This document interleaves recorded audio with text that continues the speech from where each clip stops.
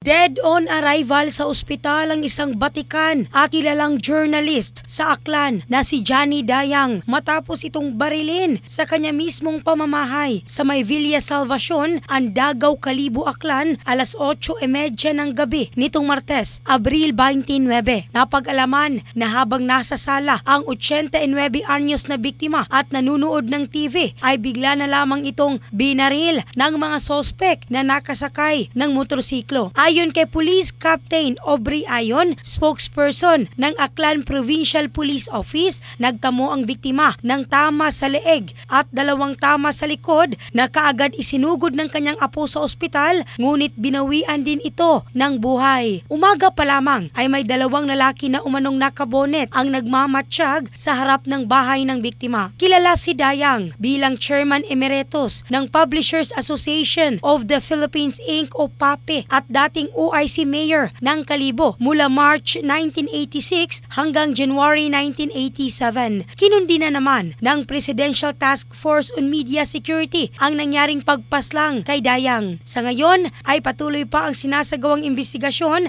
ng Kalibo PNP para malaman ang motibo sa nangyaring pamamaril. In the heart of changing lives, ako si Michelle Craste ng Brigada News Philippines, the Music and News Authority.